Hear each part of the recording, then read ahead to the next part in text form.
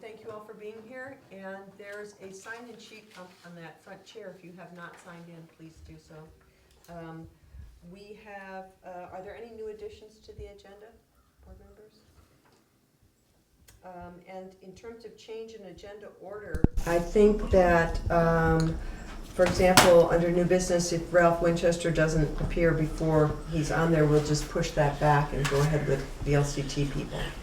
So I'd like to hear a motion to approve the minutes from August 10th, unless there are some corrections or amendments. So moved, with the exception of the recognition of public. It is Michael Knapp instead of Michael Knorr. Oh, good catch. And I had a question. Krop, I'm sorry, K-R-O. And it is hard to read the So thing. it's K-N-A-P-P, right? Yeah. Okay. K-N-A-P-P. Sorry, there was a, can I see the Sure. minutes for a minute? Yeah. There was one.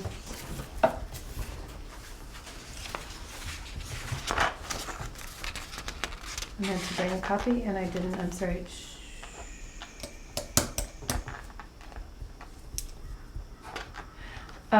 Under capital program and budget policy, it says Sheila indicated that the language, Sheila explained that feedback was requested from the town accountant.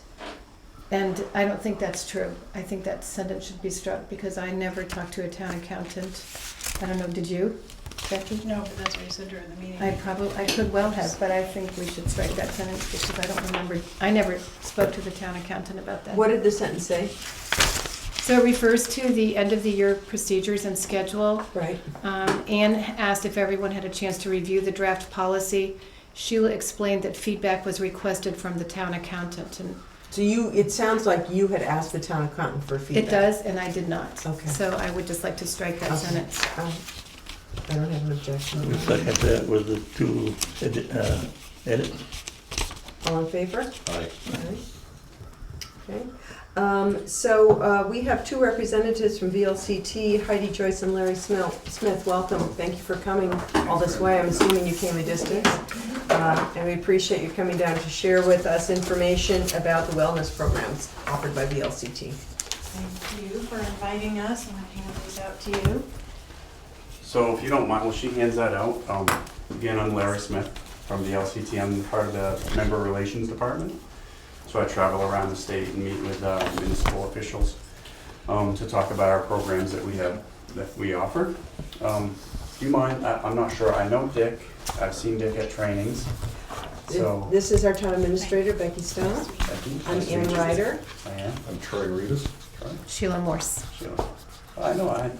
Not you, but I know a Sheila Morse. Oh. My How do I neck know of the that woods. person? So, well, thank you for inviting us. Heidi's going to talk about the Work Strong program in a minute, but I just kind of wanted to give you an overview of the PASSIVE program. You're a member of PASSIVE, which stands for Property and Casualty Intramunicipal Fund. We have an extensive loss control department, which is Wade Mashur, who is your loss control representative, and he's been here a few times. He's worked with you. We offer a boatload, I'll say a boatload, of training opportunities that I think you've taken advantage of, which is great. A few things that I wanted to point out that are somewhat new to our PASSIVE program in the past few years is we offer a PASSIVE grant program. Equipment grant program. So if you're in the need of some type of safety equipment, good example would be maybe chaps or something for when you're out cutting wood, maybe the helmet, vest for doing traffic control, a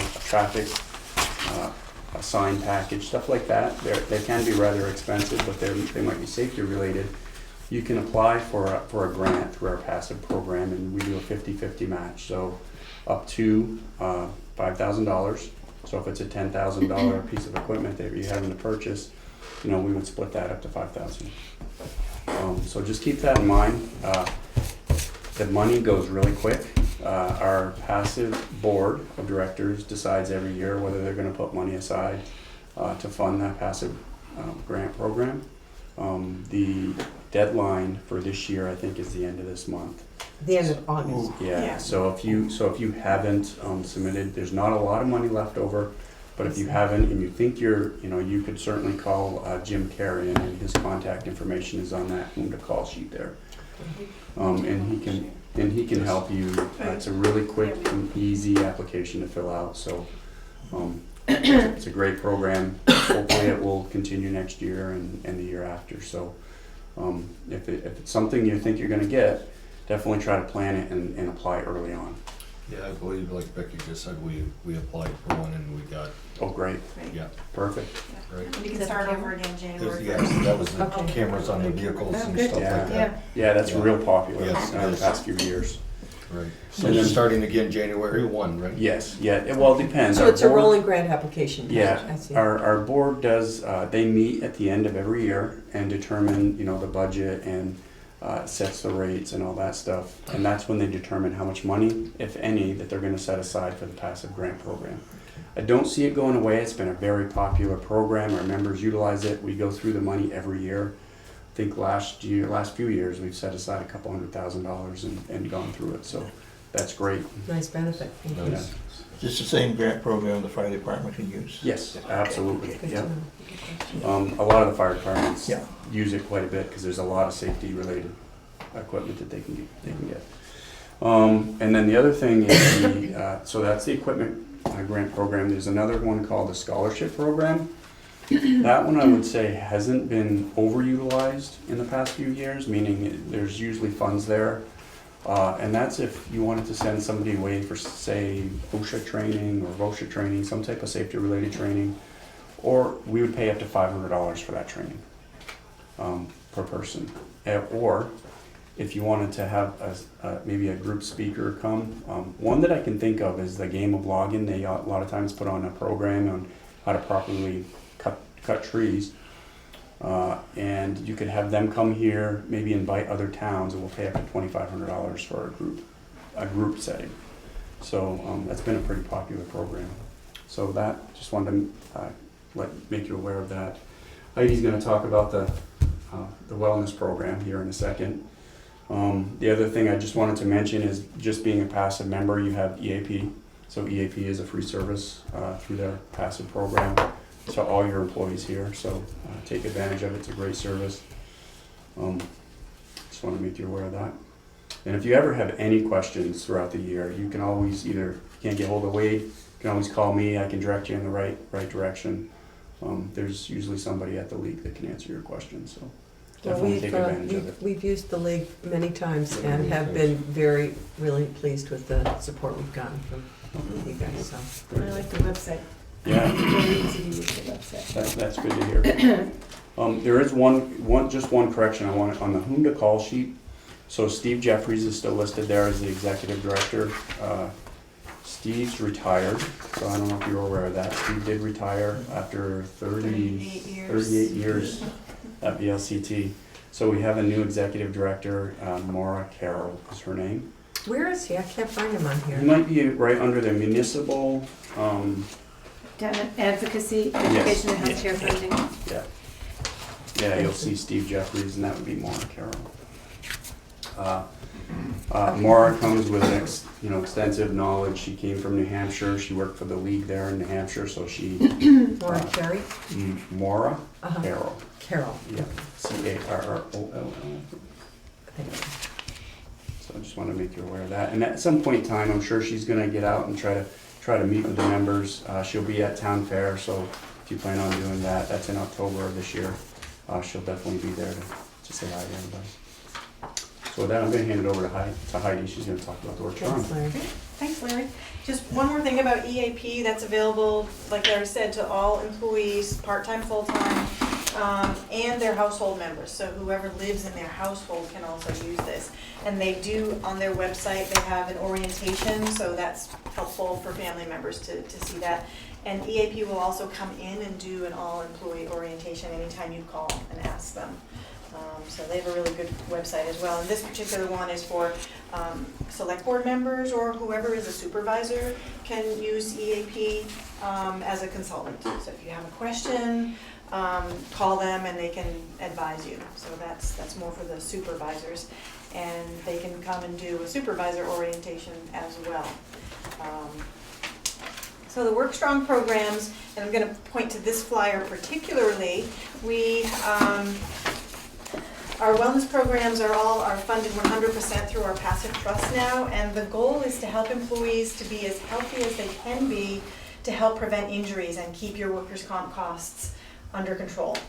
And as you know, your rates are based on 3 full years of your specific claims and several other items, but that's the biggest area. And so trying to help employees stay healthy to prevent injuries, and particularly some gentle warm-up and stretching exercises. And so I guess I'm here to let you know about the programs and to see if you can encourage your employees to participate. And sometimes they need like just kind of a gentle nudge. Everybody who participates in the program has fond things to say about it. You know, they may be reluctant initially to sign up, and I'm not sure I want to know my blood pressure or my body composition or my flexibility, but it's a private one-on-one consultation, and once they find out that, it's not so hard, and they find out what their strengths are, they're maybe better at some of the things than they thought they were, and then there's some useful resources for them.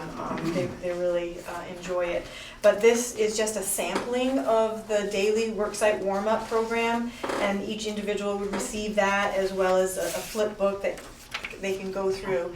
We are encouraging all of our members to do just daily, just gentle warm-up and stretching. We do a lot of the same things all day long. We're on the computer, we're driving, we're shoveling, we're forward, so a lot of our muscles are tight and overstretched. And so this is a gentle, just a standing worksite warm-up routine, and that's something that I would teach to employees. So you would come down and do like a class? Right, initially it's best if I have all employees or as many employees as possible at a group setting. We talk a little bit about how to create a healthy culture. So, I may be here once a year and helping employees with either a nutrition program or a fitness program or looking at their workstation, but in between, you're supporting each other, at the workplace. And so their ideas come out of that on how you can support one another to achieve your specific health goals. And then I would go through the group training, the warm-up training, and if you want, I can bring an EAP counselor and we can do that orientation as well, or I can just give a brief overview. So in a half an hour, 45 minutes, it's best to have the group, and then I can explain the individual consultation and then have people sign up for the 30-minute individual consultation. And in that, they can choose to do one or all of these things, or just parts of them. Some people just want their blood pressure and then their body composition, and some people don't necessarily want to do the cardiovascular test, but we work on that individually, in a private setting, and we show them their strengths and or weaknesses compared to others in their age group, and it doesn't go beyond them. It's individual for them. And if they want a fitness program, I can build that, also a nutrition program. And I can do follow-up as well, so I may be here that one time, but if they want me to follow up with them in 3 months or in 6 months, I'm happy to do that. I can work with them through email or on the phone. I do ergonomics evaluations, and this is something that you can use the equipment grant for if you wanted a standing workstation or if you wanted a new chair. I would help you go through the ergonomics workstation evaluation. But basically so that you're comfortable at your workstation and you're not going to get neck injury or shoulder injury. And to keep in mind, not to interrupt you, but you can always use that passive grant. Say Heidi makes recommendations on the workstation and maybe you have to go out and you have to purchase a keyboard tray or something, you can always use that passive grant. It's a 50-50 match. Interesting. And the mindfulness training is just it's a piece. A lot of us are so focused on many different multitasking. And so for safety purposes, you want to be doing mindfulness. And we're teaching a lot of the police officers this particular technique, and it just helps you relax in the moment. There's just really simple breathing techniques or just focusing on one thing at a time. And that's something that I can choose to do with people. And number 5, I guess I skipped over that. It's a relaxation routine, and we can do it for 5 minutes. Or some people come in and say, well, I had a very stressful day, I need 30 minutes of just restful relaxation. I put them on mats and bolsters, in an eye pillow, relaxing music, and I actually lead them through a guided relaxation routine. And for everything, I have follow-up materials. So. And you do this with individuals? Mm-hmm. Yeah, so we would start off with the group if possible, and if we had to do 2 separate groups, because somebody needs to be, on the phone, on the front desk, we can do that. And then I would kind of go over what I just went over and try to talk people into doing it, and then sign them up for a 30-minute consultation, or maybe they just want 15 minutes, or maybe they want a little bit more. But I come here, I bring all the equipment, it fills my car. So while I'm here, I'd really like to offer it to as many of your employees as possible. And it's available to everyone who's covered under your workers' comp trust, so your part-timers, your full-timers, and I'm happy to do it. So. The reason I'm grinning, I gotta ask Dan, how many years ago did we do that? 8, 9 years ago? Yeah, we did it. Last time we did it, we went to Vernon. And Came you down to did, Vernon, yeah. at that point, we were doing the cholesterol screenings, right? The Yeah, finger you stick, were coming in doing the PSA and right? everything. Yeah, so I'm Yeah. still doing some of that, but not the lipid, not the blood work. I'm still doing blood pressure, bone density, body composition, but as a result of the exchange, we're not really involved as much with the health insurance on that end of it. So we changed, and this is now the new what we're doing now. And still encouraging you to go to your physician and have your cholesterol checked and that, all of that. But this is what it's changed to. Yeah, I go every 3 months when I get checked. Yeah, awesome. So what we would do if we were interested is that we as a group, including employees and board members, I guess, would decide together if we want to do this. Is that the process? What do most towns do in terms of making a decision about this? You kind of talk amongst each others, or you say we pick a date and you say we're having a wellness workshop, we'd like you to attend.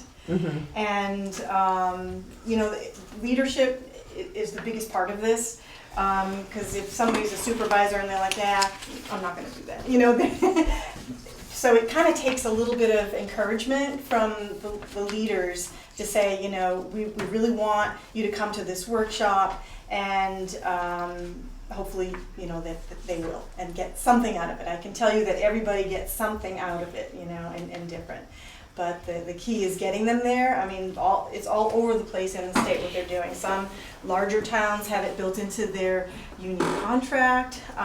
Some towns are just doing it on a regular basis. A lot of our highway guys, the leaders said, the league is recommending it, the town is letting us do this on work time, so 3 days a week before the shift, they get in a circle and they go through the book and they do the exercises. And pretty soon you know them by heart, and it's become really a camaraderie thing, and they're just doing it. So it's up to you, but I really love to come here and work with as many employees as possible.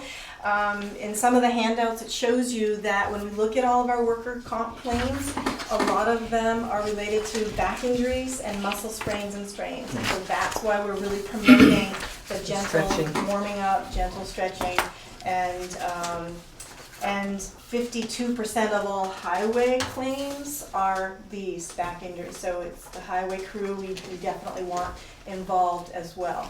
And I promise I won't hurt anyone.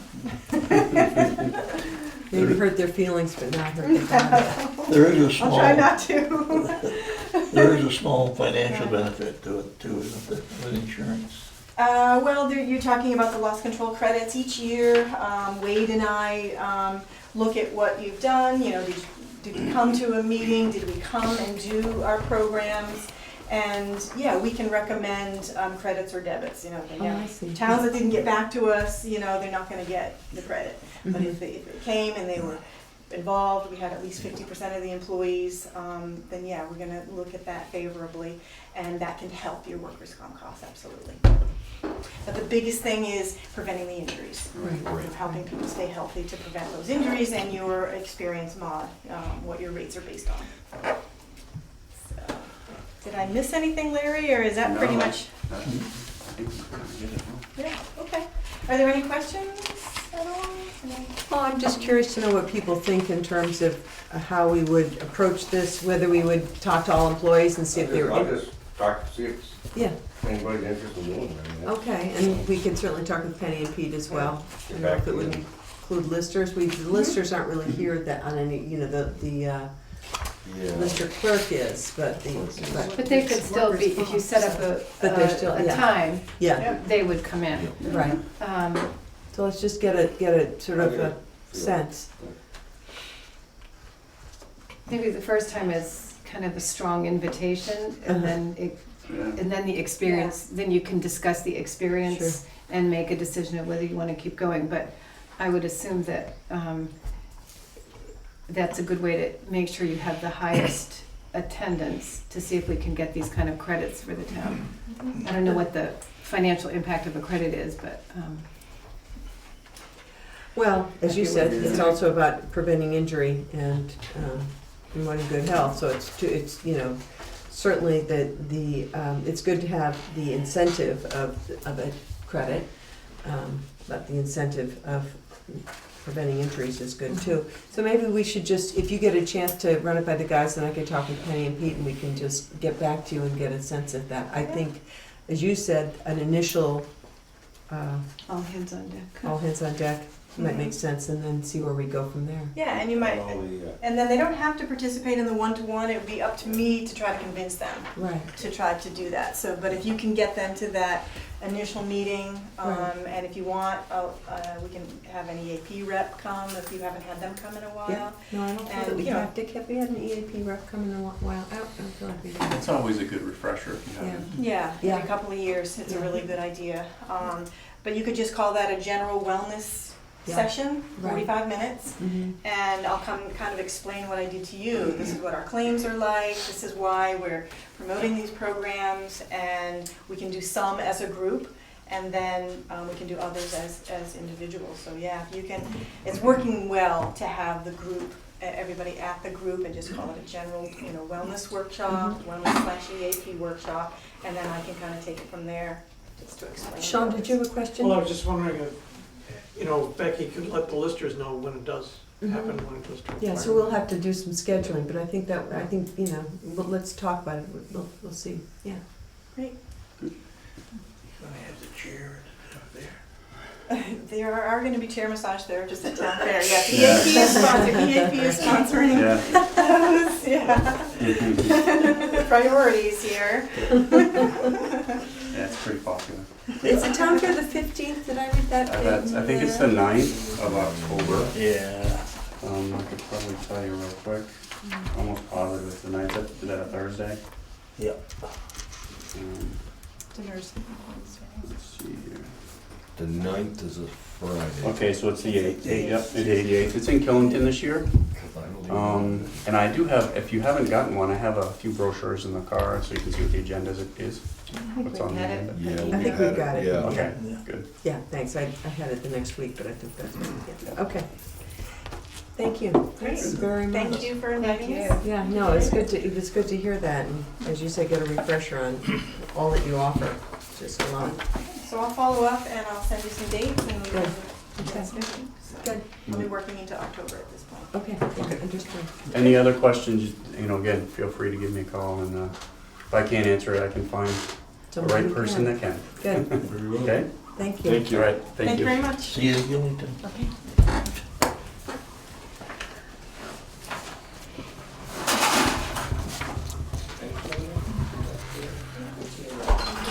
So, I think did everybody get the email about our local hazard mitigation plan? They did. And I think I forwarded it on to Herb to make sure he had kudos, but basically ours was the first one that's been recommended for adoption. Oh, Really. yeah. Yeah, and that they, with no changes, amendments, just saying, good job, and you were part of that, Steve, and, you know, There for they're, about 20 minutes. you were there for 20 minutes, but it was a good 20 minutes. And Herb did, you know, I just wanted Herb to know and be a part of that too. But at this point, in order to kind of wrap up that process, we need as a board to adopt that plan formally. Would you like me to read all the whereases? Go ahead and read it for the camera. Whereas the town of Guilford has worked with the Wyndham Regional Commission to identify natural hazards, analyze past and potential future damages due to natural disasters, and identify strategies for mitigating future damages. And whereas the town of Guilford Local Hazard Mitigation Plan analyzes natural hazards and assesses risks within the community. And the town of Guilford recommends the implementation of actions specific to the community to mitigate against damage from natural hazard events. And the town of Guilford authorizes responsible agencies to execute their responsibilities to implement this plan for the purpose of long-term risk reduction and increase community resiliency. And whereas the town of Guilford will follow the plan maintenance process. It is now resolved that the town of Guilford adopts the town of Guilford Local Hazard Mitigation Plan as well as all future revisions and maintenance required by 44 CFR 201.6 and FEMA for a period of 5 years from the date of this resolution. Is there a motion to adopt this? So moved. Second. Any comment, question? All in favor? Aye. Aye. Okay, good. So that's,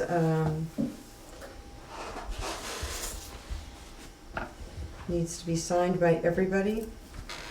And I had one comment to it. I think Elisa Sabato was very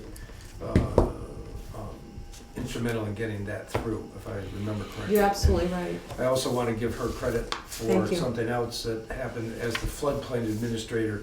She and I had a couple conversations about how is a floodplain administrator actually trained to become a floodplain administrator. And Elisa went out and did some research, and on September 3rd, there's a full-day meeting for local floodplain administrators. And she called me today to say that not only was it successful in going originally at the Marlboro Center, it's gotten regional impact now, and there may be more than 20 people there. So she's looking to have, I think FEMA is going to be involved in it. So just to go along with the mitigation plan, the mitigation plan is only as good as the training that people have who are in charge of mitigating the problem. So hats off to Wyndham Regional Lisa for what she's done on that. Thank you. side. Yeah, it's a really important point. I appreciate that. Yeah, it's been moved to the retreat is what I read in that email. And also thank you, because it sounds like you were instrumental in getting that training to happen and working with her on that. So I think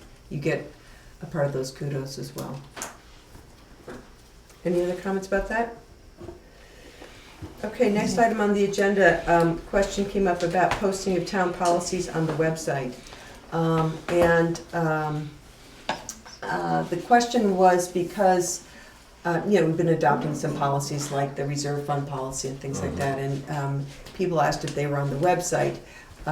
It was Becky's understanding that that was really Penny's decision, correct? I just know from background that they had, when they were initially setting up the website, there was a discussion with the town administrator and the administrator for the website that they had decided at that point that they would not include policies, and I hadn't heard anything other than that. And I talked with Pete, who posts on the website as well as myself, and with the administrator, which is the town clerk, for the website. You know, this was months ago when we started to update the ordinances and the policies, and they said at that point, even this year, that they weren't included. That was just part of the discussion that had been decided when they initially set the website a couple of years ago.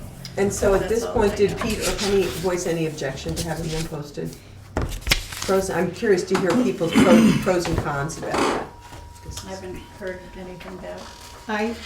I think that we have as intent in the town that the website be the go-to place for information about the town and about the way the town works. And I think it is a very good practice to have our policies as well as the ordinances up so that people can refer to them easily. I don't think there's any reason to not put them up. There's nothing that we do that's secret, that's, You you know, know, that we would want to hide Yeah. from people. yeah, my comment would be, I'm not against it, but it could be confusing to some, or become controversial in some cases. Well, like I say, I think it's probably a good idea to post them. They're public, So, I mean, they're public they're public, information, yeah. yeah. I mean, I tried to think of any reason why it would be a problem. Maybe it would be confusing, Yeah. but I guess I would kind of have a feeling of, I have no problem with it. I No, can't see a have reason no not problem to. with it. No, I mean, if it's a little confusing, they could still pick up the phone and call the town clerk and Sure. ask them about Yeah. the policy and Right. stuff like that. Yeah. I'm in agreement with Sheila that I would like to see stuff up on the website where they are continuing to get their work done, but they're not having to ask redundant Yeah. questions, you know, answers to people and stuff like that. But 90% of the people what I know that uses the website, they've said it's been a great, Yeah, it's been people updated. go to it. Yeah, they go to it. So we have a We website? have a website, yeah. So, And I do let's refer have to a a lot, motion to yeah. this effect, and you know, when I spoke to Penny about it, she just said, hey, I just put stuff up, I don't care one way or another, so Yeah, that would yeah. be. Did you have a comment?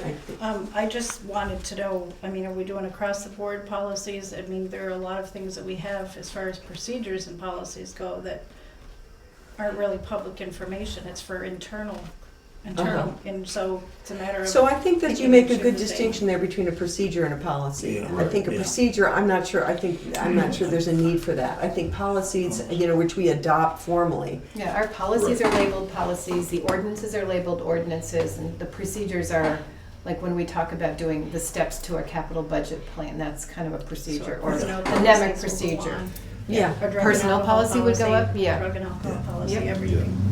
Yeah, it's not related to a specific person, it's Yeah, it's just a policy. our best practice, or the practice that we would follow in Right. town. So I would move that we have an inventory of all ordinances and policies and ensure that everything that has been adopted is on the web. Period. Site. I would second that. Any more discussion? All in favor? Aye. Great, thank you.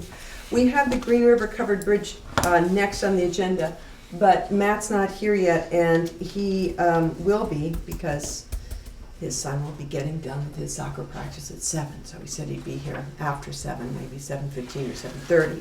But I think we can go right ahead to Highway, Dan. Thank you for being here. Yeah, we got to use our signs today. We got one that's got a little glitch in it right now, but I think we can, I called the guy and he says I gotta wiggle some wires in the back. He says it probably from setting them, they ain't getting the right connection, so.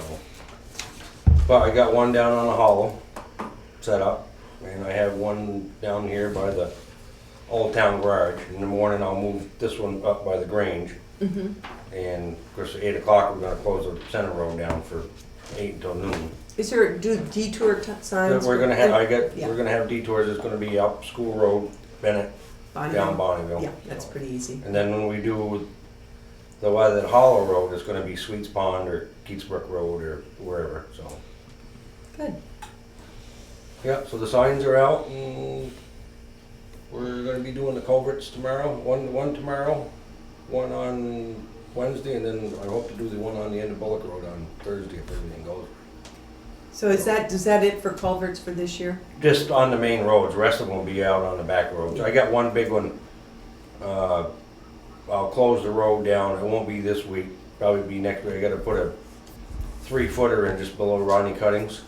There's a culvert in there and it's all rotted out. We had a big sinkhole in it the other day and we had to go up and fill it in, and so I'll be doing that one Did anybody sometime. see those pictures of the sinkhole on Interstate 93? Monstrous, huge sinkhole the size of this room practically. But I'll set Scared. the signs out for that too. I'll give them, let the school bus go through, and Yeah. I'm gonna do that one with an excavator, so it ain't gonna take us long to Great. dig it out and get the new one in, so.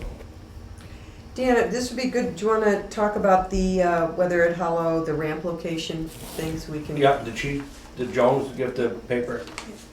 Basically, the way the ramp's gonna be, it's not gonna stick out in the road any more than what your bow outs are down by the firehouse. Oh, It's okay. gonna be about like that, the same distance, so. Mhm. It'll be, well, there's a map there that shows you how far off the center of the white line is gonna be back towards the building. And it seems, Dan, from just listening to you right now and at the last meeting, you've been working pretty closely with Yeah. these people and you feel okay about it and you remain, I mean, the roof of the barn sticks out more than that ramp does. right, okay. And I think it'd be grandfathered anyway. It's Yeah. always been there. Yeah. So are there any questions about this? I got one. There's, No, but I'd like to read this letter on. Okay. This is from Joan S. Rockwell and Associates to the Guilford Select Board, access ramp at 1250 Weatherhead Hollow Road. Dear Select Board members, I am a landscape architect who has been working with Daniel Corn Goose. Cornigan, thank you, and Austin Design Incorporated on the renovations of the existing barn and related site improvements at Daniel's home at 1250 Weatherhead Hollow Road in Guilford, Vermont. Part of these improvements require that the second floor of the barn, which is at road level, may be made accessible and will require a ramp to the front barn doors. I met with Dan Zabruski, road commissioner, on site earlier this summer to discuss the proposed ramp and show him plans prepared by myself and Austin Design. The plans showed the existing conditions and proposed ramp design. Dan said he has had a chance to meet with you and discuss the project as well. At your request, we are confirming that the town will not be held responsible for any damage caused by the town in their normal road care and maintenance, and that the town will not be responsible for snow removal on the ramp. Thank you for your consideration. Joan S. Rockwell. Comments, questions? So I think it would be good to have a motion just that we approve this. I would like to make the motion that we approve this and have the Guilford chair sign this letter, not holding us responsible to the ramp of that barn. Second. Any other comments? All in favor? Aye. Great. And Danny, thank you so much for following through on this and communicating with her and with, I assume with Daniel as well. And it's just good to be clear about it because it is in the right of way. Anything else for us? well, we're still mowing roadsides, we're trying to get the side roads off Route 5 finished up. That probably won't happen this week, because Alan's gonna be working with us down on the culverts. Then once we get that done, he'll start on the side roads on Route 5, Weatherhead Hollow Road, mowing down through there, so. It's been taking a lot, he spent almost 3 weeks down on East Mountain Road, mowing it right back to just, and doing the aerial stuff, so. It looks good down through there, he's been Yeah. chopping all the stuff up Good. good, and it's really opened it up and made a big difference, so. Did you do Tater Lane? Rob and I were having a discussion. No, we haven't done that yet. I was no. like, yeah, I think they did it. It's just grown back. Rob said, I No. don't think they've done it. No, we have, the only ones we've done so far is Yeah. just the center road. Yeah. And, you start mowing too early and it just Yeah. goes back up, so. Yeah. But he'll be mowing from now until leaves start falling, so. Yeah. And the mower's been working great, and And the truck's still The truck is- scheduled for October? the truck is gone to the body shop. It's gonna probably be the next one in line to get started on, so. We'll be looking, I'm gonna say end of October, November. Okay. Or maybe even a little after November, the first part of December, so. Okay. Any other questions for Dan? And also we'll be, as soon as I get a chance, we'll be going back to grading the roads again too, so. And last week we went over and cleaned the bridge out, we swept it and shoveled it, and then give it a quick hose, and then I had Dougie Hunt go over and fix the boards on the side where people hit, and Right. so. Good. Anything else? I think that's it. Okay. You and I talked a little bit about signs. Yeah, I got, when you find out, let me know. Okay. Because Friday I sat down and started making a list on how many signs I'm gonna need, Okay. because I'm gonna have to put a big order in, so. Yeah, okay. I think that's it. Was there any weight permits? So we'll talk about the wellness and the signs.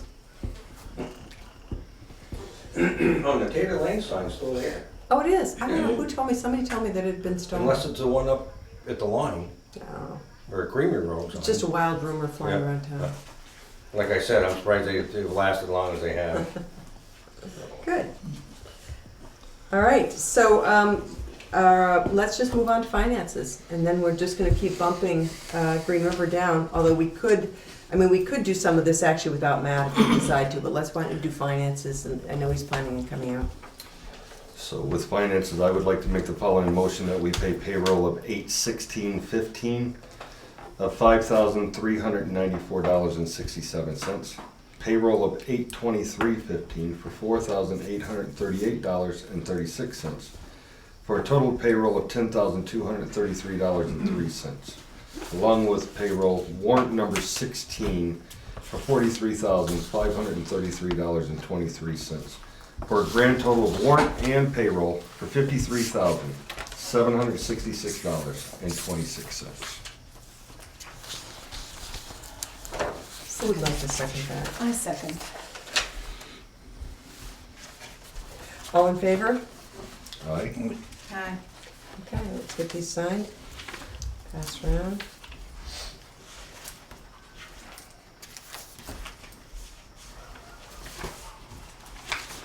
These are both for payroll, I think the warrants in here. Yeah, it's just one There's just page. one warrant.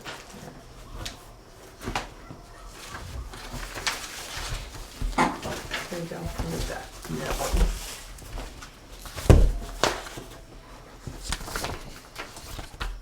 That's just the minutes. That's the minutes there.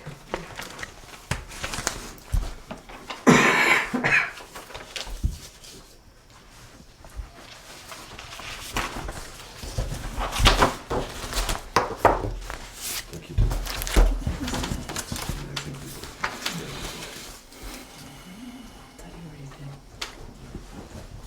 I get the minutes. She passed it to me.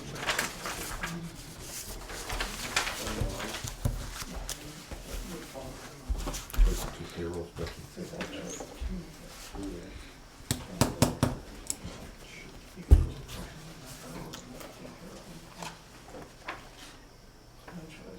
All right, so let's go ahead with communications. Then we can, I mean, we can go through this Green River stuff, but I do know Matt was planning on being here, so why don't we do communications? And then if he's still not here, we'll just do Green River. Yeah, I have a Steve? question that is mildly related to finance. Yes, sir. Okay, and it involves delinquent taxes. When I read, things in the paper or discussions about the library needs $25,000 to do this, and do we have it or not? Green River Bridge needs $150,000, will we have to put up a bond? And then you look at 50 people in the town owe over $330,000 worth of taxes. And of those 50 people right now, 20 of them have no asterisk next to their name, either have made a partial payment or have a plan in place. So what I would like the board to do at the next meeting or sometime fairly soon, to address, as we all get ready to write our checks, and we all have our Valentine from the town saying how much we owe, I think it would be really advantageous to everybody to hear what's being done with delinquent taxes. And just coincidentally, one of the things that was on the agenda tonight involves a business that owes the town a substantial amount of taxes. So all of these things I think are interwoven and related. So I think it would be good for everybody to know when you see it posted in the town report, it would be good to know who's collecting the taxes and what the policies are. I think that's a great idea, and certainly something we've talked about before. And what I'd like to propose is maybe at our next meeting, we get Penny and/or Pete here, who are really, because now the delinquencies are being addressed in the town office. And I know that, I've talked with them about this very recently, within this week, about plans. The obvious ultimate goal, not goal, but the ultimate thing that you have to do is a tax sale. But I think that when, it's very discouraging for those of us paying our taxes to see people who are not paying their taxes nor making any effort to. And so I know it's something we've talked about a fair amount. So I think we should put that on the agenda and have Penny or Pete here to talk about it, because they're really the ones who are making the strategy for that. And I think, pardon me, I think it's important to start the discussion, not to blindside people who haven't paid or, you know, make a big statement about it, but just so that people understand what was in the past isn't what's going to happen in the future, so that they have a warning to, not like we're gonna put your, you know, somebody's gonna put your place up for a tax sale, but just to get everybody used to the fact that there's more, just like we did with the listers, there's a whole new group in town, pardon me. So I think it would be good to, just like the policy, ordinances, warnings and things like that, just to get that conversation started so people can start saving their money to pay the taxes. Right, and I do think actually that there has been some notice given to delinquent taxpayers that in fact there is a new process in place, and I think even the ultimate end result being a tax sale has been mentioned to people, and I know it's gotten the attention of some people, Yes. and some other people maybe not, but I think that's a really good point when you have, what is it, 330? To have the taxpayers know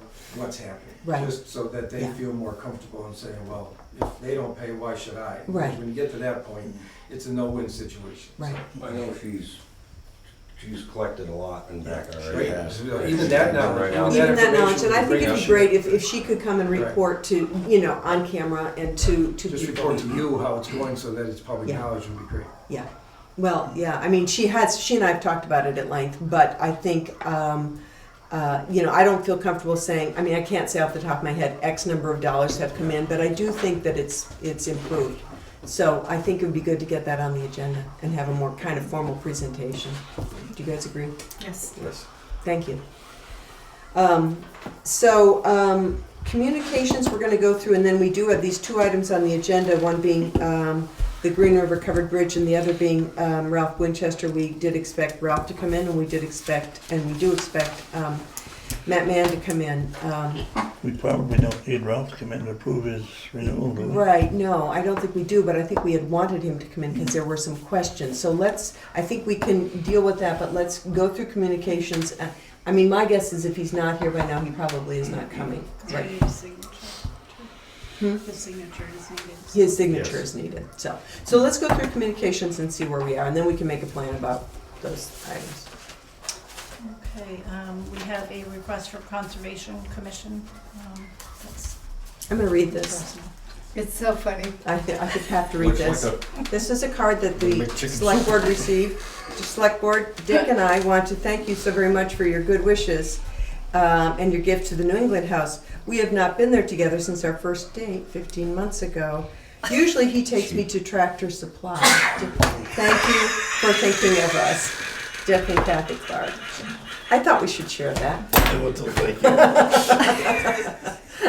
Tractor Supply. You're a hell of a That wasn't on the list. So I just felt like it did Well, warrant. the one I took at New England House was a gift certificate. so- Yeah, so here we go, you got another one. Okay, so Mine was, the first day was a racetrack Yeah. Claremont, so. The Conservation Commission has asked that Gordon Little be nominated to the commission. Now, technically, this should actually be a real agenda item, not in communications, because under communications, we don't usually take action on this, and this Right. does require an action. Do people want to put this into the next agenda just to be, Yes. cross our Ts and dot our Is? Yeah. Okay, Yes. so that should be as an agenda item. So, sorry, Gordon, we'll just have to hold off because Could wait for 2 these are weeks. just here's Matt, good. Stuff right here. We can keep going right through these, I think. Okay. Give him a chance to catch his This breath. is the town park. These are the responses back from the people that are working on the park. This is this is the survey that was done in January, and then on the reverse is the one that was done in April. And the comments are coming back from Andy and anyone that's going to be working at the park area. And that's where Dan and I were talking about signage for that, so that was in response to this. Thank you.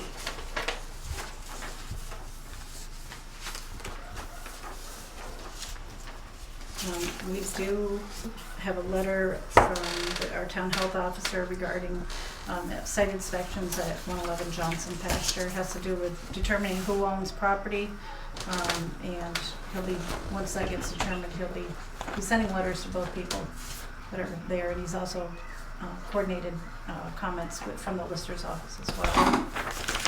Senior Solutions is looking for nominees for Successful Aging Award, and certainly I would like to make this available maybe through Guilford Cares, or if you It's have, not over 80.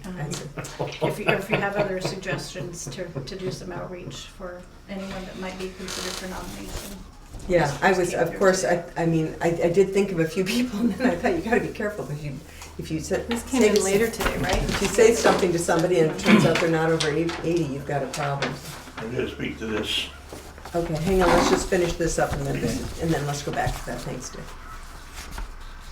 So I think that was just put on your thinking caps. Send it to the church. Yeah. Spiritual health and social well-being. Exactly. Yeah, okay, that's a good idea. Go ahead, sorry. I want to put some cautions out here. Barbed wire fencing, when you grab a piece of barbed wire, it's like grabbing a rattlesnake by the tail. And I would highly recommend that no children at all be involved in taking down barbed wire. Yeah, I think that's a good And it recommendation. should be coiled up in about a 3-foot coil and taken to the farmer that put it up. Yeah, so I think that this was part of a work, an It's a adult work work. meeting scheduled for the 29th. Yeah, okay, good. So I put that out as I told you, so if somebody gets, I spent many hours scratching bruise from barbed wire. Barbed wire, when I me worked on too. a farm. I see somebody jumped on the MUTCD road sign thing that would have to be there. Where's Park that? I'm Road, sorry. Wait, Dick, what are you talking about? the first one, approaching Willerson Park area. Oh, okay. Some of Right. some of the signage has to be MUTCD qualified, some of it is from the league, and some of it's gonna be from us. okay, and Danny and I were gonna talk about that in terms of, MUTCD I stands never for, get you. you did get my attention. It's MCUTD, it's Municipal Code of Uniform Traffic Devices. Thank you, And it's a federal, okay, Dan has to, all his signs, Dan has to go by them. okay, So if it has to do with highway or road, this comes under that policy. Posting of all applicable rules, we make the rules, the people doing the park don't make the rules. understood. I think these are from Wade here. Yeah, I know, Yeah, it's yeah. yours, but But the comments are coming back from Yeah. people that are undoing. I'm the sorry, work who makes the ones rules? that The are- town, the select board, or the select board, the the committee? select board is the governing body of that park. Right? So, And all of the rules and regulations that are made by us and or approved by us. I would like to Yeah. go with number 2, Yeah. approved by us, rather than make them. I'd like to. approve. Well, I Yeah. don't tell them they gotta be there. Yeah, exactly, yeah, agreed. Currently, cows nodding that other field. That's not by design, that's because the family's had sort of a rough year, as you well know. And the smallest stream, I'm not sure any of that is on the park. Oh, okay, I think some of that's with the neighboring, so that may not be an issue. that may not be an issue, Okay. right? And the one thing that's not recommended, well, not here, but, they have to understand that if the fences come down, they still have to obey those no trespassing signs on the neighboring property. Understood, yeah, Yeah. okay. So I think it'd be good to make those clear, and just by being on Yeah, camera. but the big thing is that barbed wire, Yeah. and the ticks, I'm sure that's right full of ticks right now too, so. Yeah, It makes it a happy day for them. I'm gonna be in Baltimore, so I don't care, they can do what they want to do. all right. How much more do we have for communication? Matt, we just started through these, but figured you could catch your breath. These are mostly FYIs. Okay, I'll yeah, leave that good. up to the board to decide. We just have a notice from council for the Tinker Hill Solar project that had come through. We have a wastewater supply permit for Where is this one? I saw this in. Calvin Coolidge. survey. Yeah, but where's Midford Road? No, that's where they live. No. Oh, that's where they live, okay, Yeah. good. It's on, Calvin Coolidge, it's Oh, okay, thank you. 5596. Good, thank you, I totally misread that. Let's see, Department of Public Service, they have a focus group. This email just came through today about public access, and they're meeting on September 9th. They can forward the email. I'm sorry, I didn't hear what you just said, Becky. Focus group for Comcast subscribers. Oh, yeah, I saw that, I'm sorry. on September 9th. Focus about cable public access? Right. Okay. Should that be on the notices on the website, front page, so people, I mean, how else are people gonna hear about it? I don't know, but I'm not sure. Is I it would coming think that up, if it's Barbara? Comcast deal, they can let people know, but Yeah. that's, you know, to me, that's, Was that an outreach to town officials at this point? Yeah, it's 6 p.m. Wednesday, September 9th at the Brooks Library in Brattleboro. I guess I don't think it warrants it, Sheila, just, but I don't, Well, it's a big source of unhappiness in town about how Comcast is performing, or how much. I think this web- is just about the So I public don't know. access channels, though. Okay, I think that's just showing them where they are and things. That's my understanding of that. Vermont Council on Rural Development has started to issue newsletters, and a lot of these items, as they come through, I included them in communications because they are something that comes through. What we used to do, remember, is saying, would anybody like to take this and take this to read? Remember Fred holding these up and saying, you wanna read this one? So, but most of these, I think we get at home as well, Yeah. so. The health officer workshop, I did make sure that Richard knew That's a about it. freebie. And we do have some municipal workshops being held the end of September, municipal budgeting and borrowing. That was an item that Sheila said that she was Yeah, thinking you're about going, right? attending. I'm gonna go to that, and I was wondering if other people were going. I have a water class that day in Rutland. Yeah, I was wondering about this one too. It felt like, you know, there's an item that I mean, something I want to discuss related to this, but not on this agenda. But I might be interested in going to this one, so. Lovely. We have our latest VLCT newsletter. U.S. Fish and Wildlife is looking for comments on their comprehensive conservation plan. We also have a renewable energy event being held in Burlington in October. And there was an item that came through from citizens in Underhill Sector, Vermont, just letting you know about town plans and mapping and GIS mapping actions. Feel free to read at your leisure. I do have one more complaint, as usual, if you get a minute. Well, is this related to communications? Yes, Okay. for a very obviously related community. There's an old story about if you read a book, don't see the movie, because it's not the same, and vice versa. If you see the movie, don't read the book. Well, I read the article in Reform about the Green River Covered Bridge, and it's nowhere near what the meeting was like. It's so sanitized, there was no sense in reading it. And the article. Yeah, and it's just, the reformer needs to do a better job of reporting what goes on in select board meetings. If they do it from the film or not here, they're just skipping over this and not putting the whole content of the meetings into their articles. Thank you. Good comment. That's, yeah. Sean? Actually, I had a comment related to that, because in a clarification, because they Yes. said in that article that a new bridge was going to be needed, which I don't think that option A is a necessity. So, and the other thing, I had some other questions related to that. I don't know if it would be To the article? appropriate. Well, to the article, and Yeah. I did look on the BCTV at your 10th meeting, so I had some questions about that. Sure. Whenever that would be appropriate. Yeah, and you know, I thank you for bringing that up, both of you, because I brought the article because I thought there were some things that needed correcting as well.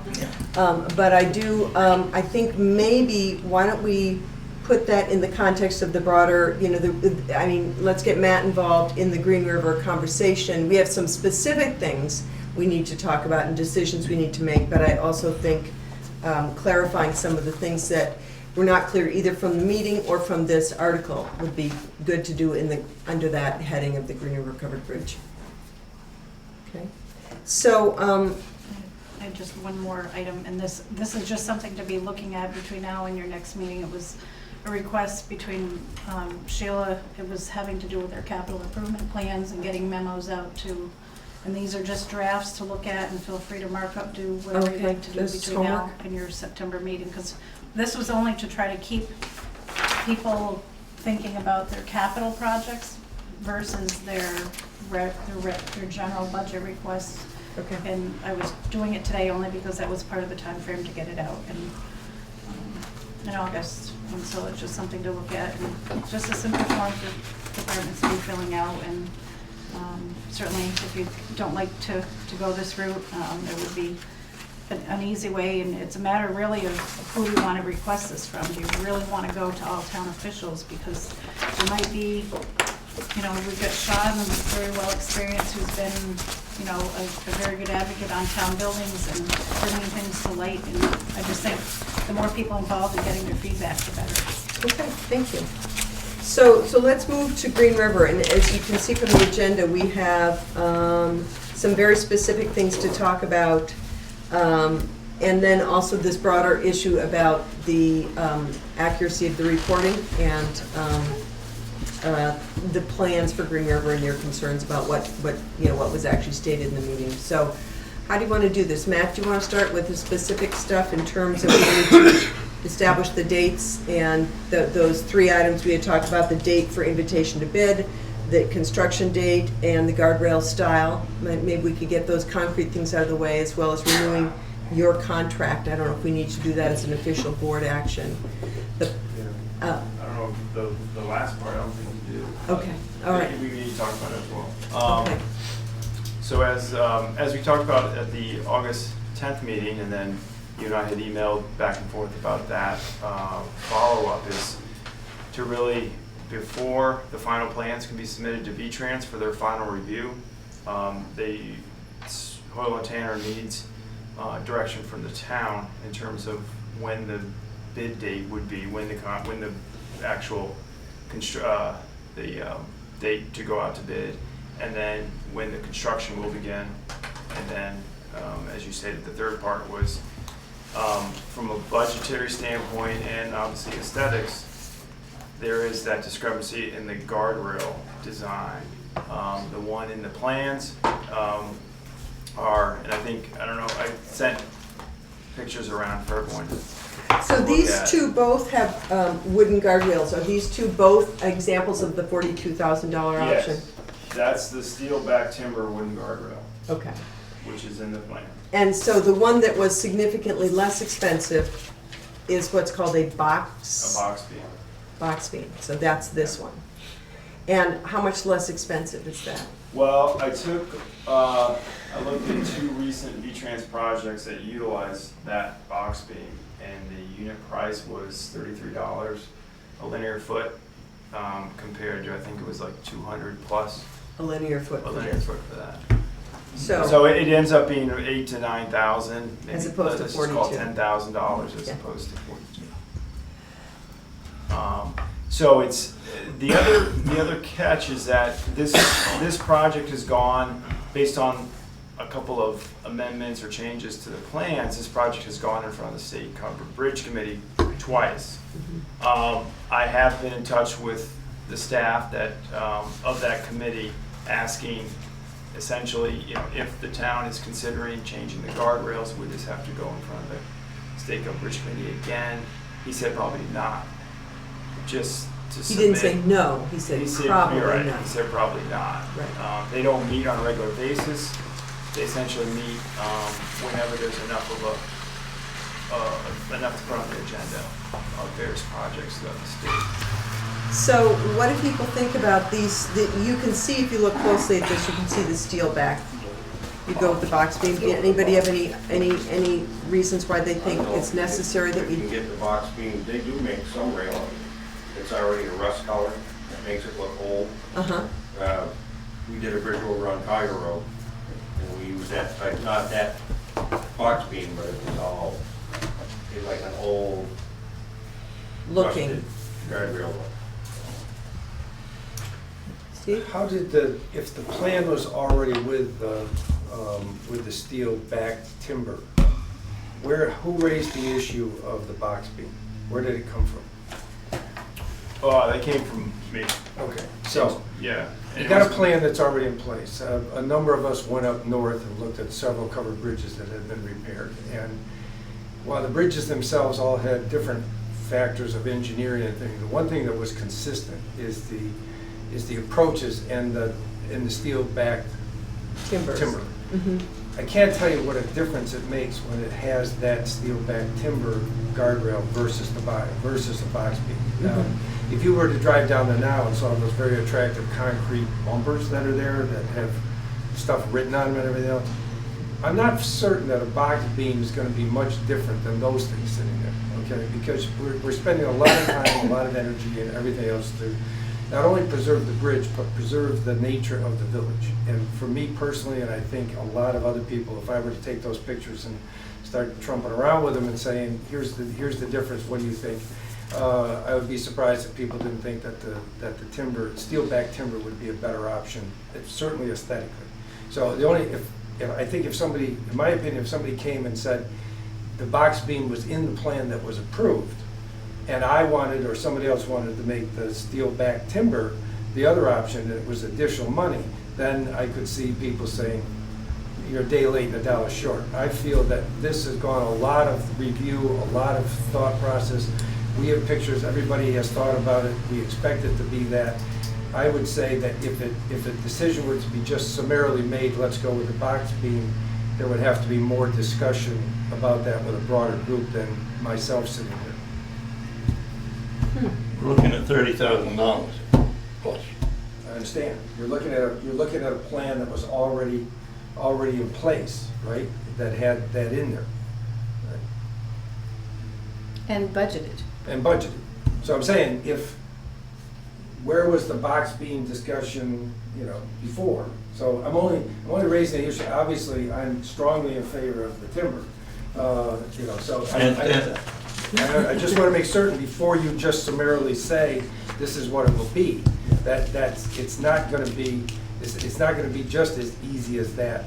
Sort of saying it now that it's already been in the plans and people are planning it. So anyway, that's my. So Matt, help just to refresh our memories, the chronology of when Steve says that, this plan has been submitted to the state, and the one I assume was last March 9th that the Covered Bridge Committee looked at.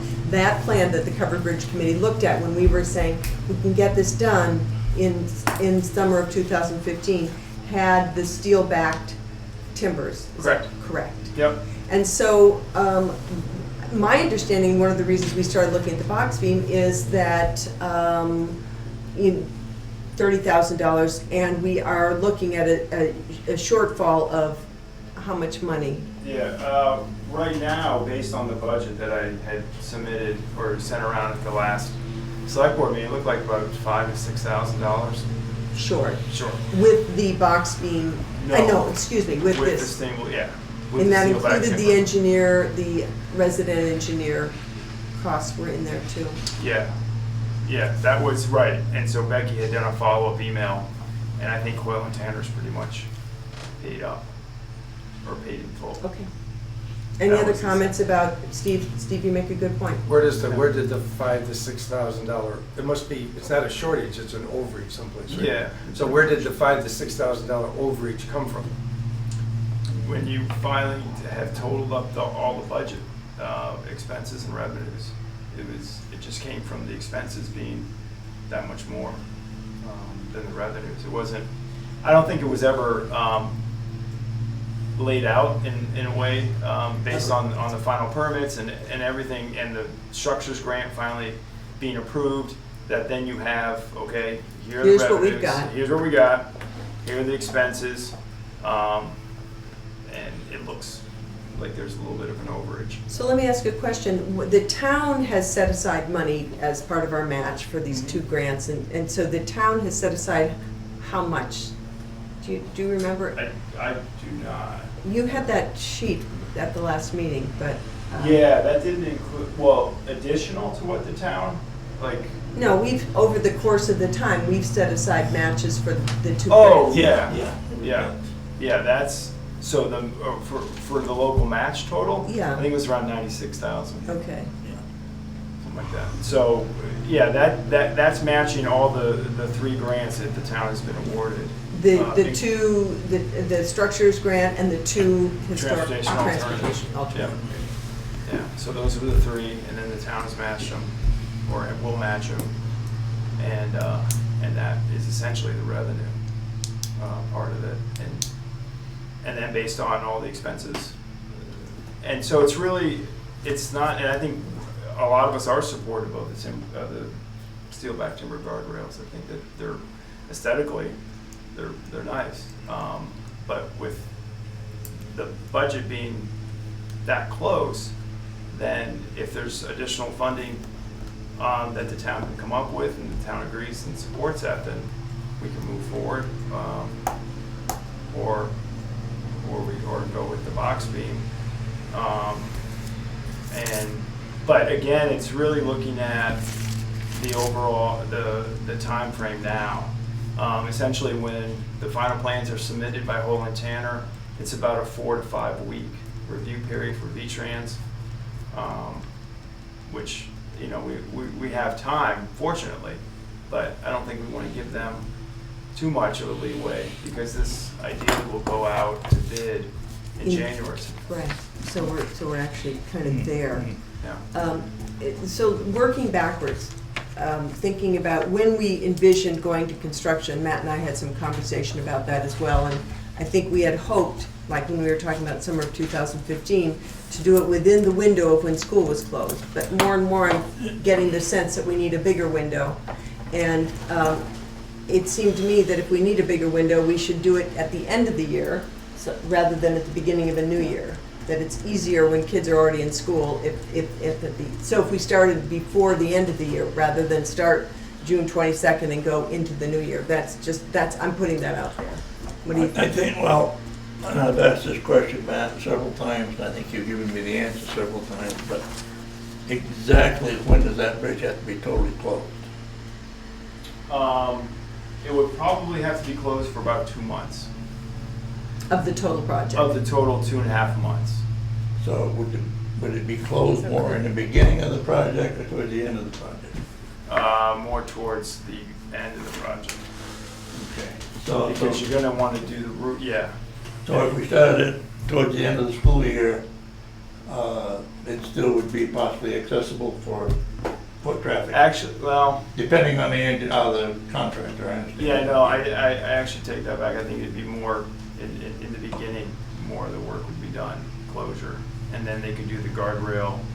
Because you don't want to have the heavy machinery, because there is some drainage on this side of the bridge, there's a culvert, and so, yeah, like, you know, I would say actually towards the end, like you'd want to actually have more of the, you can still do work and have traffic go over the bridge as you're doing the guardrail, as you're doing the drainage. And those are things that happen at the end? Yeah. Yeah, so that would be. Yeah. Yeah. Yeah. So, I mean, realistically, I think I threw out initially like mid-May. You could probably start June 1, June, July, August. You have 3 months to do a project that should take 2.5. When the school ends. Last day of kids is the 17th of June, if we don't use over the snow days. And I believe there was 4 snow days.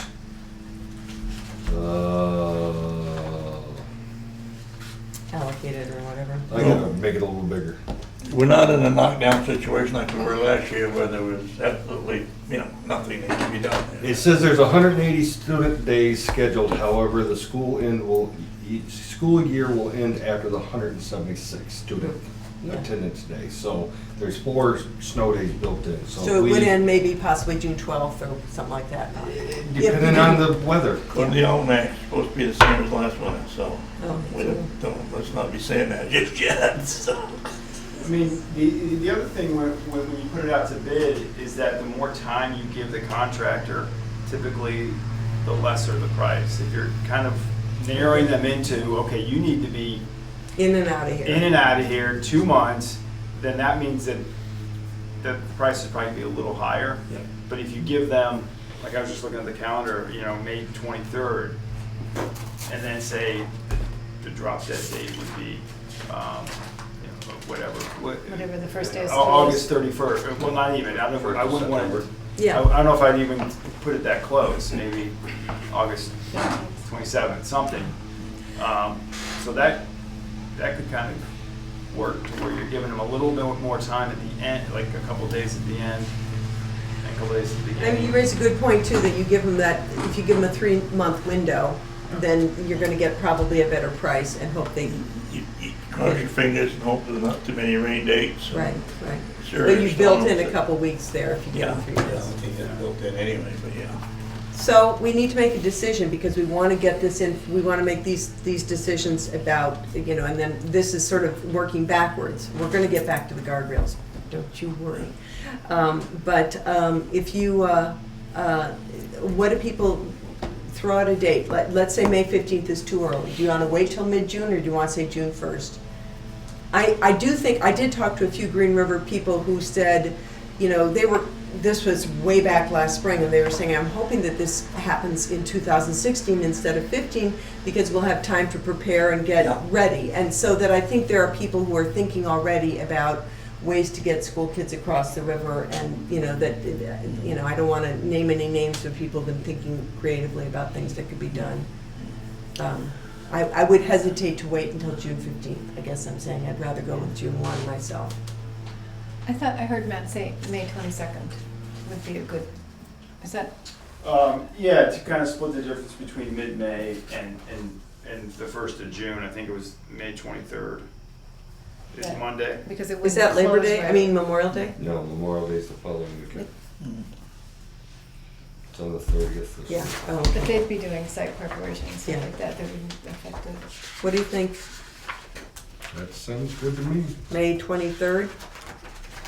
Sheila? Yeah. Okay, so, I don't know that we need that in the form of a motion. I don't really think we do. Do you? I don't think so. So then let's work backwards in terms of dates to get the bids out.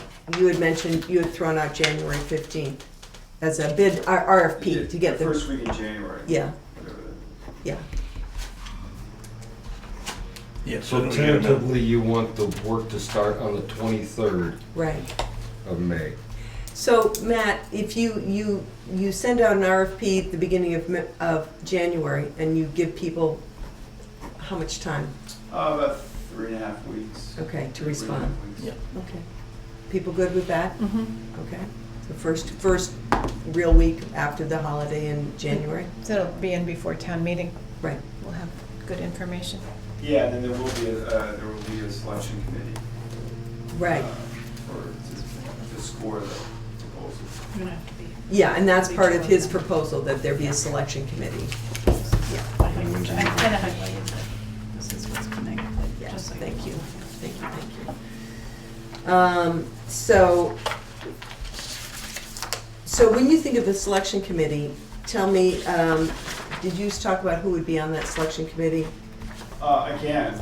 Sure. It's typically 1 or 2 members from the select board, town staff, Becky, and then myself, and ideally a V-Trans, the V-Trans project manager. And then if there was possibly, if a Green River Green River resident citizen. wanted to represent that contingency, that'd be great. Okay. So 4 or 5. When did you want to start looking at it? The first week January of 1st. January 4th, I think would be. January 4th. Okay, so now we've kind of worked back to this issue. Matt, and I don't have in front of me that sheet that you showed us last week, I'm sorry, that went through the revenues versus the Oh, yeah. expenses. Yep. But in that sheet, as I recall, we were, as you said, $4,000 to $5,000 short. 45 or 425. Which Or is- $4,000 or $5,000 short if we do the steel back timber beam. And the fact that we would have to go back through the covered bridge committee, to me, there are reasons why I would stick with this. And just listening to your comments about process, Steve. Dick, you feel like we should go with this one? I do, I mean, and it goes back to what Steve said a while ago, we pick money here, we pick money there to go to the library, so we're right back to doing the same thing for the covered bridge. collect the taxes, And- collect the taxes, pay the 5,000 out of that. Yeah, but I mean, we had to dig money here and money there to do the library, and we're doing the same thing for the bridge. Last year, we put 163,000 extra into that bridge that we took somewhere, put into it. I think 30,000 is a big chunk of money to spend if, I agree with you, I like the steel back, but I mean, we're looking at finances here, and But we did, I mean, you know, it's interesting, because you're right, chronologically, we approved that way back last winter with the plan. And I think the reason it came up was because of the overage.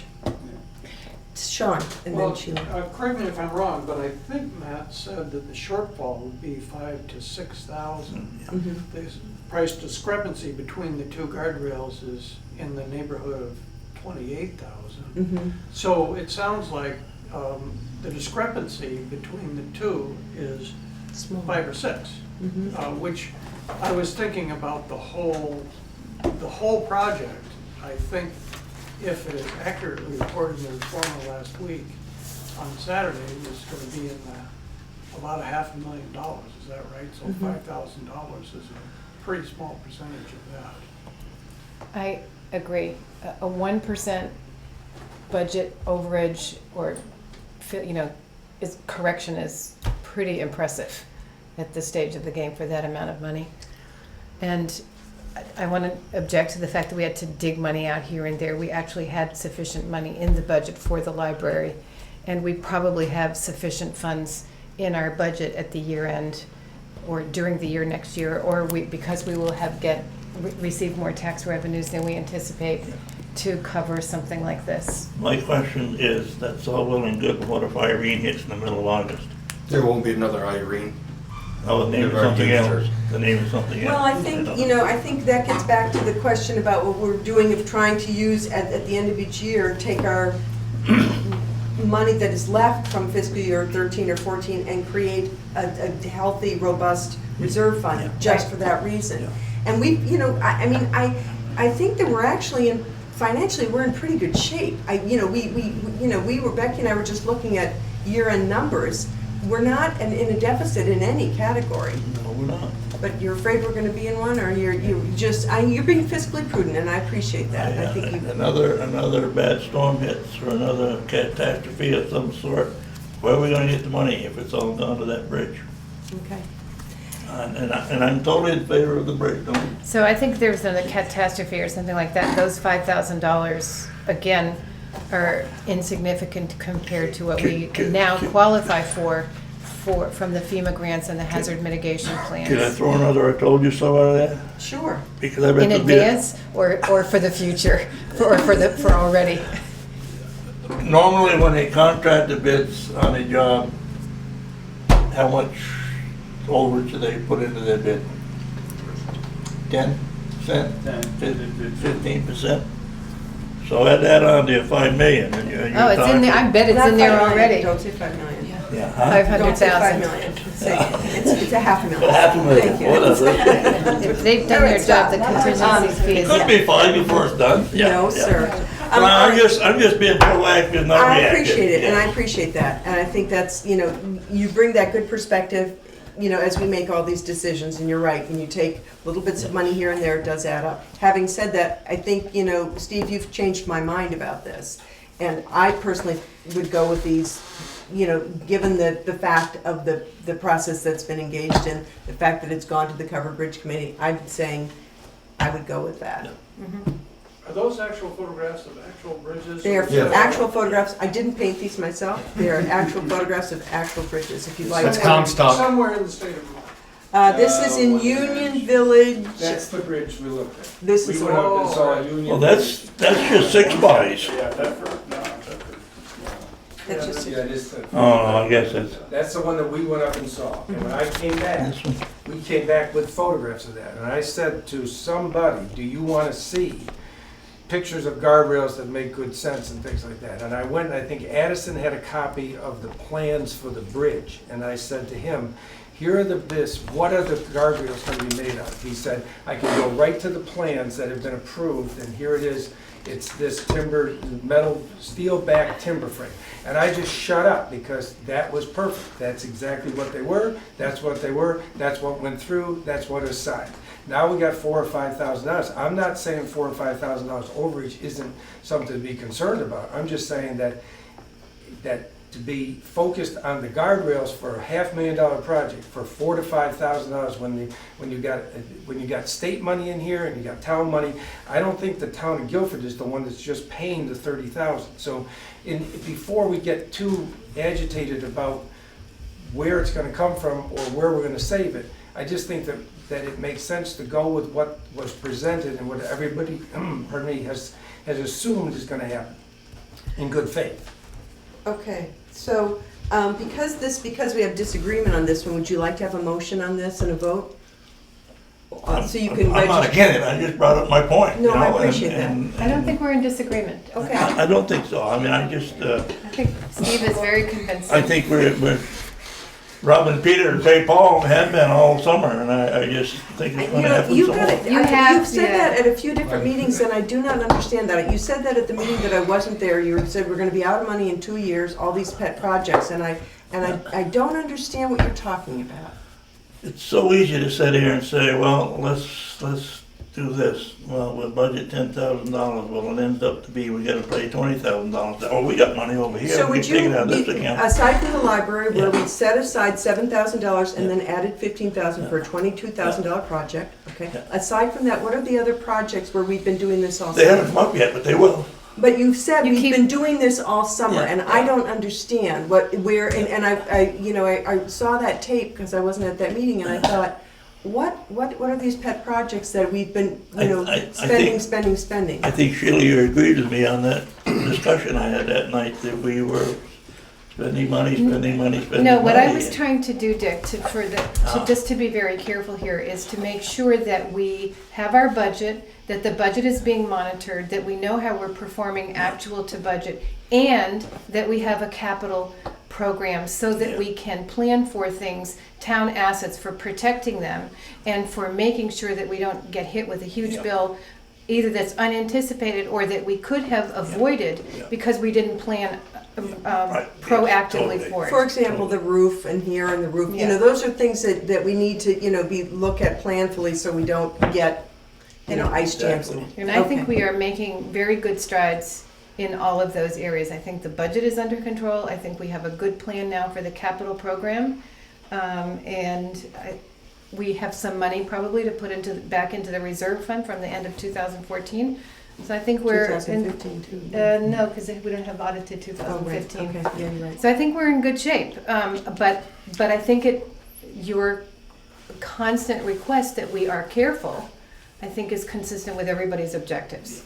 Madam Chairman, I would like to make the motion that we stick with the steel back guardrails, which is already in the plan, so we can Timber frame.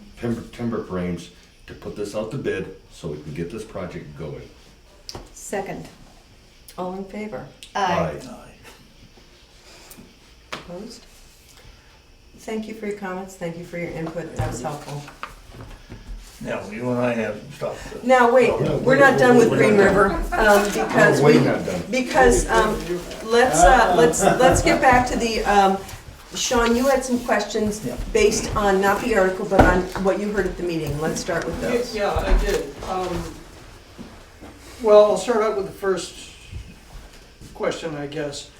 It was my understanding from going to the meeting in, I think it was October of last year, that where Tanner and Hoyle was and Sean James was there, that option A would be using the existing bridge. There was some suggestion that it might have to be tweaked in terms of some structure in order to upgrade it a little bit in terms of weight limit. When But you're it talking was about gonna the be- existing bridge, clarify The which bridge. The existing bridge is the one by the mill. Thank you. And that bridge would not necessitate a new bridge across the Green Correct. River, which the reformer, I think, erroneously reported. Thank you. So That's a I good was correction. questioning about that. Yes. So, and then I think at another time, it'd be interesting to find out what the upgrades, but I don't think that's necessary now. The upgrades to that bridge was mentioned last year, but it's probably irrelevant at this moment. Well, I think at the last meeting, at that August 10th meeting, when Sean James was here, we said, come back to us with a plan. Like the first step we would have to do, and he talked about a committee and a site visit. Yep. And what would that cost? And then add on to that, plan, the second part, the photogrammetry, photo, Never mind, pictures. pictures from, thank you, pictures from the sky. Aerial Aerial photography. And we know that would cost at least 30,000. So that was sort of like, but give us a sense of what that would cost. And we did say, we might get to part A, the site visit, walk through, talk with neighbors, get an understanding from landowners, and we might say, okay, we've hit a stone wall before we've even gotten to the pictures, the aerial photography.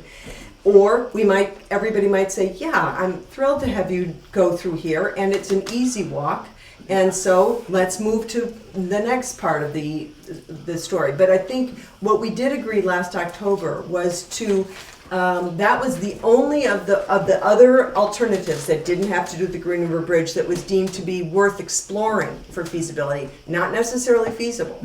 Yeah, I can just see a certain attorney saying, sure, come through my property, yeah. Yeah, I think what you just said is excellent clarification on exactly option A. Thank you. And I think that, I mean, after looking at the select board meeting on VCTV, and after the prior knowledge that I'd had from the meetings last year, it seems to me that, as you just said, that it seems like the aerial photography, there's no point in doing that if you meet a huge roadblock in terms of the first criteria, which is owner feeling. And that's why we So said you we're can't going do to the phase walkthrough. this. Yeah. You can't do the walkthrough until you have permission from the owners, I would presume.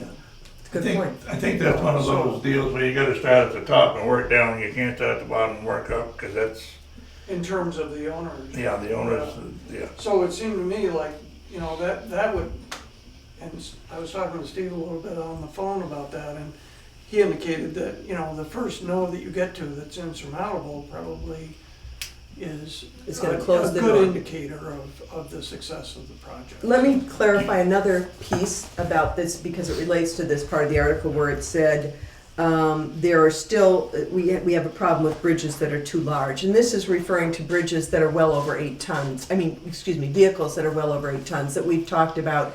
You know, some of the town vehicles have to go around already. And we've said, you know, we've always known long-term, you know, is this sustainable for some vehicles to have to go around the Green River Bridge, whether it's at 8 tons or 4 tons. So that's what that was about. I think Howard Weiss-Tissman is new to covering Guilford, and Mike Fair had all the background and all the history, and so he had been at all those meetings, and so Howard is playing catch up. And when I said, well, if there's this bridge that's already there down at Kratz's, he doesn't have a visual on this, so.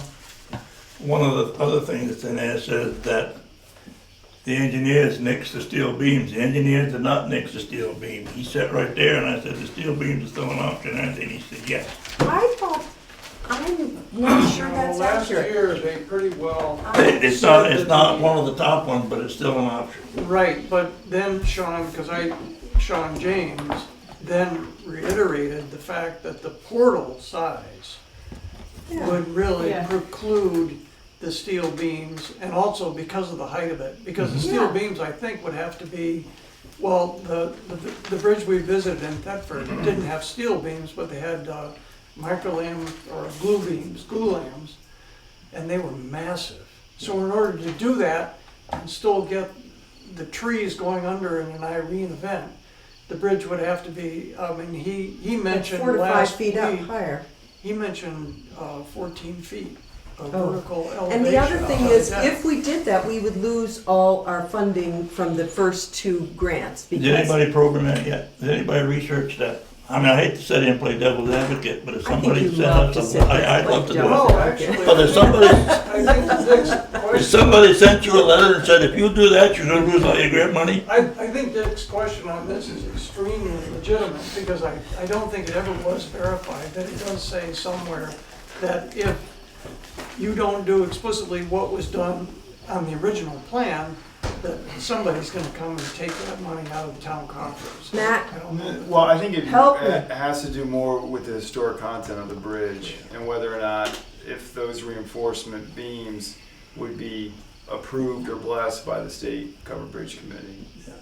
And that was, I thought that was the deal breaker. That's the, yeah, that would. As well as the, upping the level, but I thought the deal breaker was the historic, And the bridge that we visited, that Steve and I visited up in Thetford, there was a tremendous drop between the riverbed and the bottom of the bridge originally. So when they put those big beams in, they still had the capacity for flow.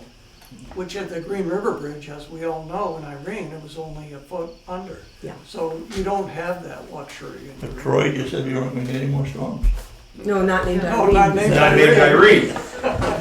All right, so I think, so I want to just be sure if there are other corrections in this that people want to address, because I think the bond vote was a little bit early. I think so too. Well, I think just to give you the context for that, there was a question whether this would be a decision made just by the select board or whether the town would have input. And I said if we had to go out to bond or anything like that, that it would certainly involve the town. That was the context. But then when you said bond vote, the board would probably have details in time for the 2016 meeting. That is not accurate. This whole project that when we're looking beyond this repair is well into the future. He mentioned 3 to 4 years, but I would see it being a more long-term thing than that, so. One of the things of being proactive, and I have to throw this out, and Sean, you'll agree with me, I hope, that we put $500,000 into that bridge, and we go up to the stream and put in 1.7 million into that road up there. By the time we get that road done, the money paid for, we gotta put another $1 million into the bridge because the heavy traffic is gonna get during that time. And that's another proactive thing I'm throwing out there. So are you saying that we should do? We should put the money into the bridge where it is and never mind playing around in the swamps up above, because that's not pretty. Yeah, and I think, the reason we followed up on this when we did this last meeting was because in November, after the October work session, we had made a motion to just investigate that option A. And we may hit roadblocks instantly, I don't know, as I said, and as I did say in that article. But that was the only one. Everything else, option the B, the other one north of the river, and the 3 south of the river were right away off the table. I don't know why the one south of the river was off the table. Even though this is a fascinating walk down memory lane, Yeah. I think what we're doing is I want to go back and say, we have a proposal Right. sitting right on that table and with some other places. That's all in and all done.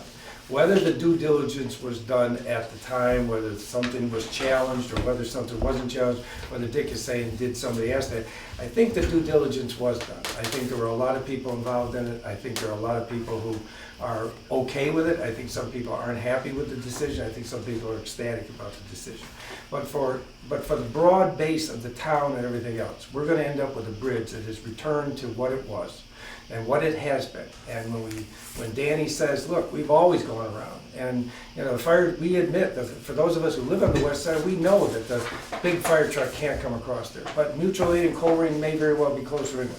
So for those of us who live on the west side, you look in the mirror and you say, hey, you paid your money, you took your chances, you bought a house and built a place when you had an 8-ton bridge, and that's what it's gonna go back to. So as far as trying to make it much better than that, I mean, if it had stayed at 4, that would have been a real problem. And I don't think anybody thought that was palatable. Right. And going into that, it was, okay, 4 is not palatable, let's look at all the options. All the options were dutifully looked at, Hoyle and Tanner reported on them, a lot of people came to those meetings. I think the worst thing one could do now is to start challenging or questioning what has been done. Second guessing. Yeah, second guessing, I think, is a dangerous, dangerous path to take.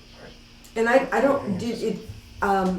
didn't think that's what we were doing. No, I'm just saying, the whole, Okay. going back and saying, why didn't we ask about that? Did you, I'm saying what Dick said, how do you know that was the case? So I think all that due diligence was done. I think it was a good process. I think the process was excellent from start to finish. The communication was good. It's better this year than it was last year.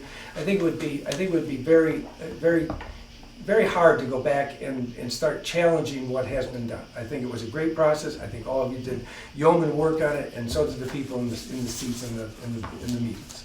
Good, so right now, let's just wait and we'll hear from Sean James with his proposal of what it would take and we can just react to that then. Because that's a whole different discussion. Well, right, and Going that's back where to we, What's on the table already for the Green River Covered oh, no, Bridge. and that's Yeah. why, when we brought up this article, Yeah, right. the article was really, I think, really more about beyond Right. 2016. And I'm really happy to just keep our lens right on summer of 2016 Yeah, right I now. mean, you're, I was just looking at my notes from October 29th, 2014, and it was right at the beginning. And it says future timelines, it says B, C, D, and E are gone. Right. Yeah. And then it says A and F are the only options. And I think F was the work that is going to be done on the bridge that is in that plan, and A, which was at some future time. So that was very well established at that meeting. And that's why I felt kind of duty bound to bring up A. I'm really happy to put it off. I would love to put it off for another 20, 30 years. I know you would, but I felt duty bound because we did make a motion to investigate A as well as to move definitely forward with F. So let's let it go now. We've done communications, and the question about Ralph Winchester's salvage yard application renewal. We had asked Ralph to be here because there were some concerns. He is not here, and Becky, what information did you have from the state? That they are fine with you going ahead to renew the application. I think we can make a motion to approve the application and Let's get a second, and then we can discuss that. Does anybody second that motion to approve the application? Second. Okay, so discussion. Did you have some concerns, Troy? I don't like the place. Mm-hmm. And this is, and you want? It's the aesthetics, when you drive down Route 5, Mm-hmm. it's the falling down fence, it's the cars piled up on the side of the road, tractor trailers, buses, the trailers, stuff like that. I think it's very appalling to be on a state highway. Even though it is in Guilford, it is a state highway. I don't care that the state has approved it and stuff like that. It's an eyesore. Mm-hmm. I think their approval though is conditional. No, their approval is not conditional, but he says issuing him a permit that will ensure he is subject to updates about the salvage yard program and continued compliance inspections.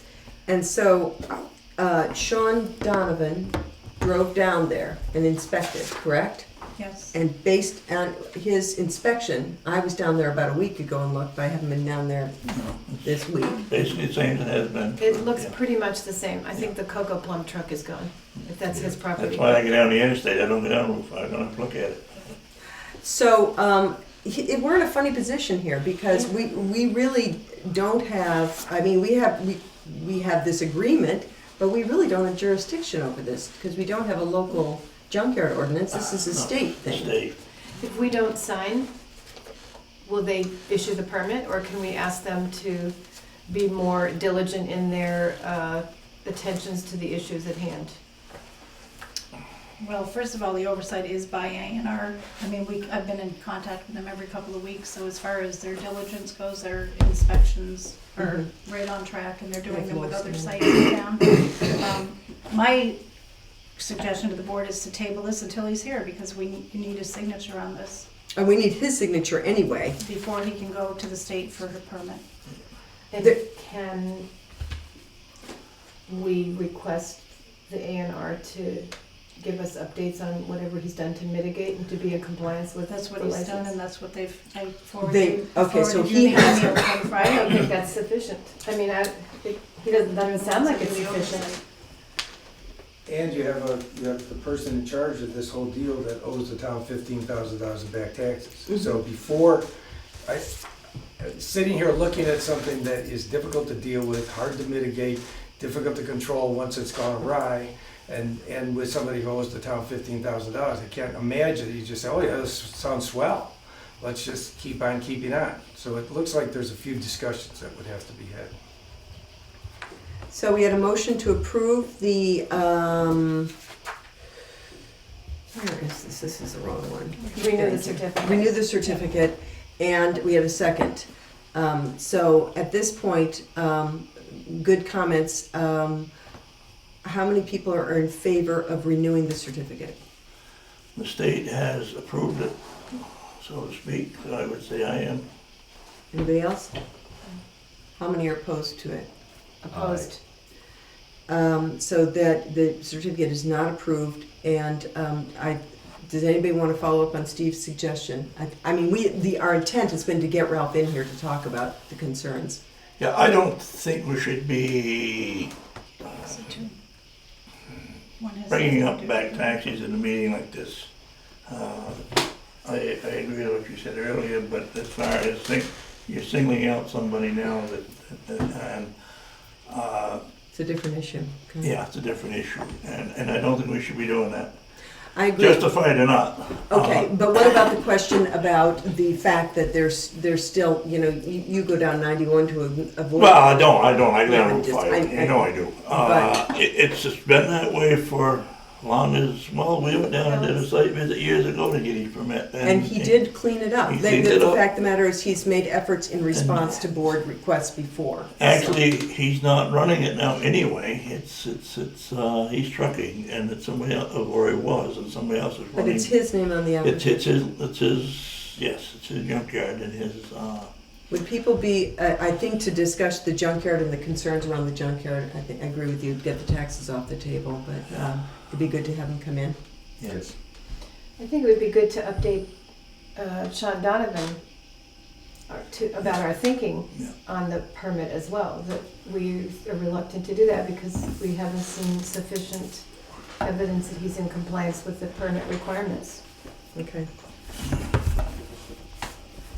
All right, so let's see if we can get Ralph in for the next meeting. Okay. So the other item on the agenda is executive session. Motion? I make the motion that we go into executive session as a board. Can I ask one question? Yes, you may. Going into executive session? I was just wondering about when the budget process is going to begin, or has it already? Because it hasn't. So it'll be November?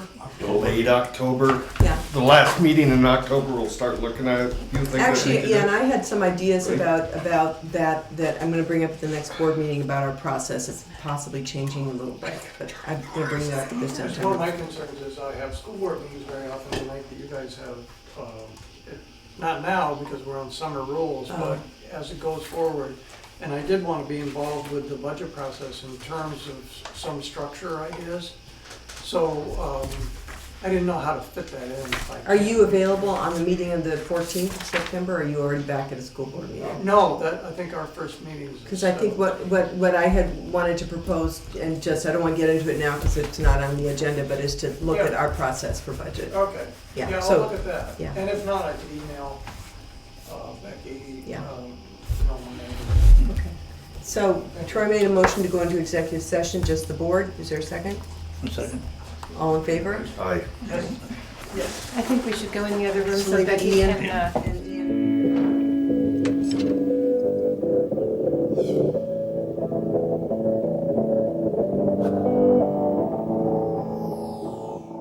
You go ahead. Yeah, we don't come, so is there a motion on the floor? I move we adjourn. I'm not gonna second because I think Becky said she had a couple questions. Oh, okay. Yep. I'll Can second it. I know Ian had asked, but there was no, I just wanted to have it for the record, the reason for going into executive It's session. a personnel issue. And I don't, can't, No actions. no action taken. So Ian, can't state the law, but I think that we've been able to say that pretty effectively in the past, just a personnel issue. I just wanted to double check we did have that agreement that came through with the decision about the Wyndham Region. guardrails from. Oh, from did we Wyndham forget to Regional. sign that? Well, I didn't know, you had talked about whether or not you needed a motion or not, but it was for an additional $3,000, so. This is just renewing Matt's contract, and I asked him if we needed a motion, he didn't think so, Okay, so yeah, that's just why I thought I'd think grab I'll your sign it. signature Okay. before you left. And Second, there was no motion, yeah. Second to a motion to adjourn. All in favor? Aye. aye.